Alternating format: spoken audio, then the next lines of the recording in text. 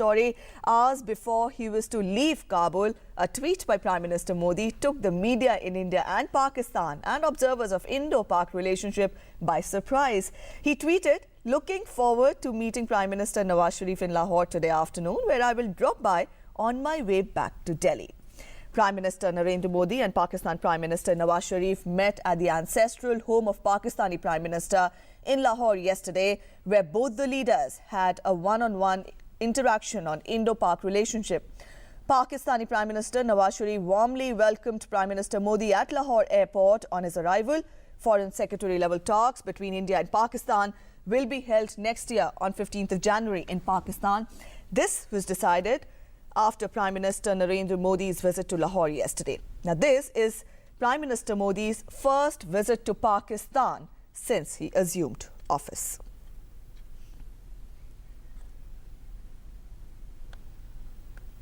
Home Minister Rajnath Singh termed Prime Minister Modi's visit to Pakistan as a positive step.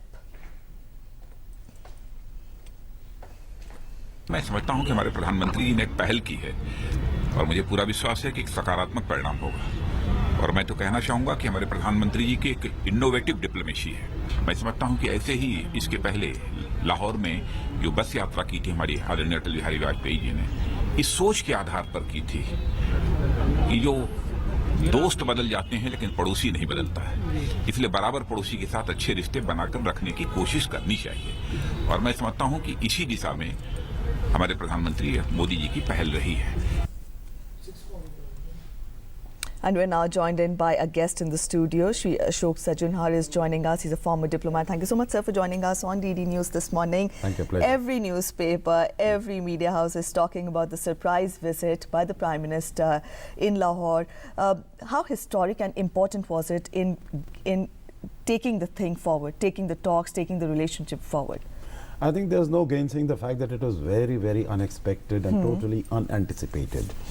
And it will give a strong push and a strong thrust to the launch of the bilateral talks under the comprehensive bilateral dialogue that was agreed to earlier this month when the External Affairs Minister went to Pakistan.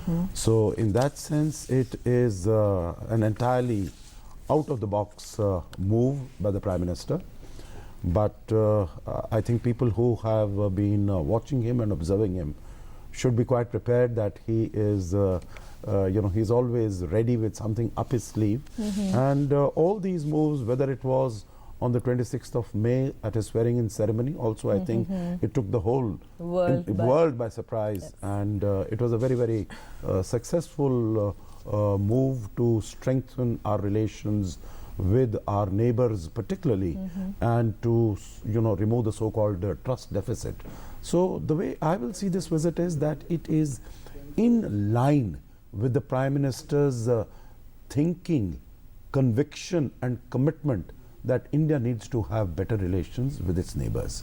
He demonstrated that by inviting all the neighboring countries, all SAARC members, and also when he was addressing the United Nations General Assembly last year, and he pointedly mentioned that neighborhood first policy means that India's future and destiny is inextricably linked with its relations with neighbors, and Pakistan in that context occupies a very, very important position. Yes, you're talking of how, though it was not anticipated, but it has set expectations to a new level altogether from here on.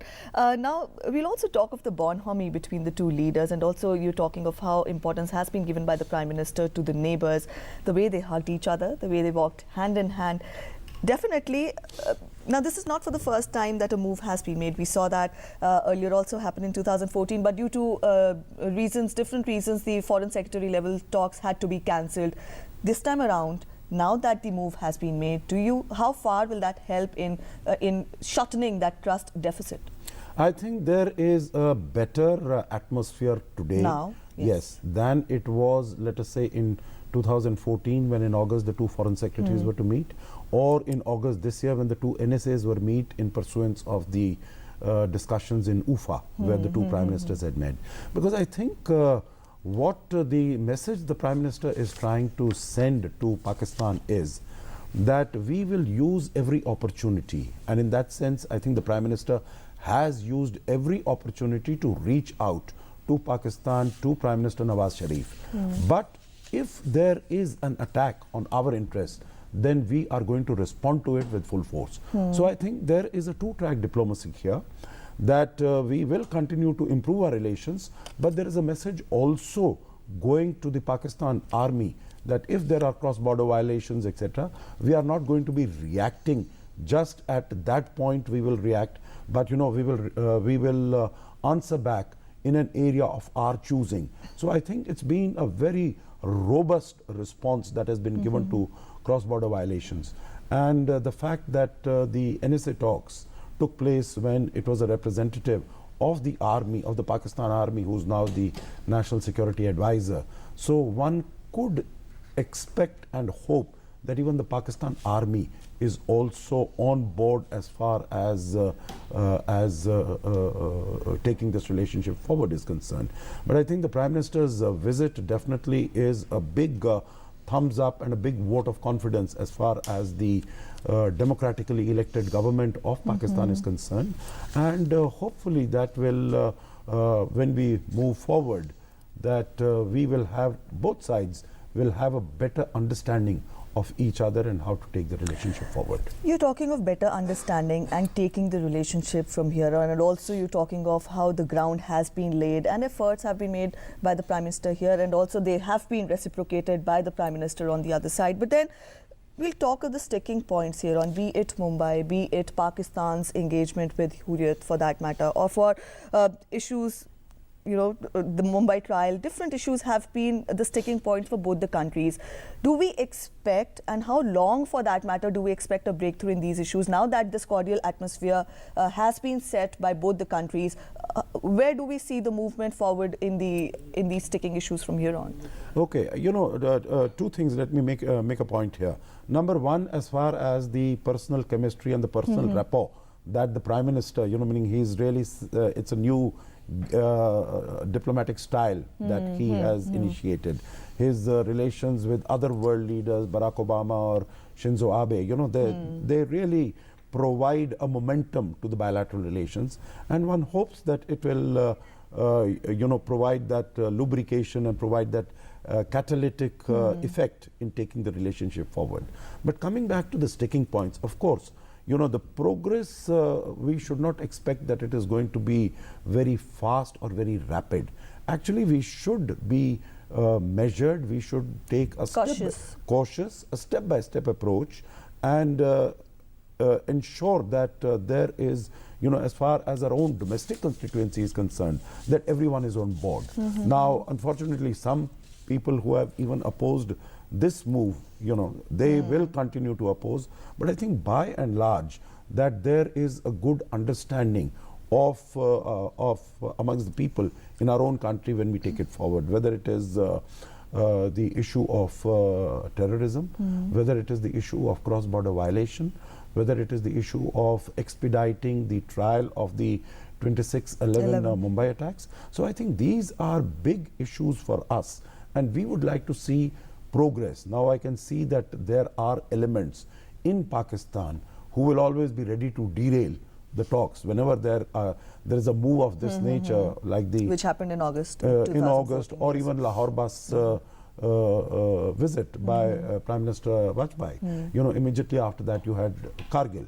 So we have to be careful, we have to be cautious, and we have to be prepared to withstand and to respond to effectively against any such attack.